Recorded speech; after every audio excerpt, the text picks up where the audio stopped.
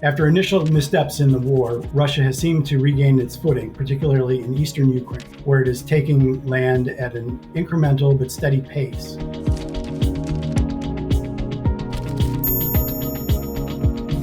Russia attacked Ukraine from multiple sides, and they bogged down very quickly around Kyiv, the capital city, because they didn't anticipate the fierce resistance of Ukrainian forces. And they were forced into a humiliating retreat, and they lost thousands of troops in all likelihood, lots of equipment. So they've retrenched to this eastern region that abuts Russia and allows them to resupply their troops.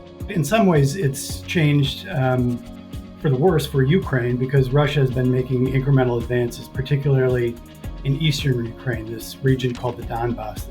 Russia continues to have an enormous advantage in the number of guns and shells and troops that it has, and it continues to use those without regard to civilian casualties. So they can take ground by just leveling cities in a way that certainly the US military wouldn't do. Ukraine, on the other hand, has shown to be incredibly adaptable, and they fight fiercely for their own territory. In addition, they're getting increasingly sophisticated weaponry from the West that is making a difference in some ways. It's been described by senior administration officials as a gunfight. It's flat terrain that favors artillery, and Russia has shown no compunction about using its advantage in the number of guns it has to fire on Ukrainian territory.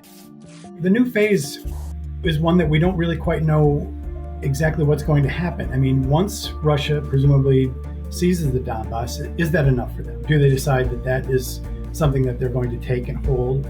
Or do they see an opportunity to push further west? And on the other hand, does Ukraine decide that it has the ability to push back maybe in the north or the south? There are a lot of unknowns going forward, but the next, summer months should be very telling.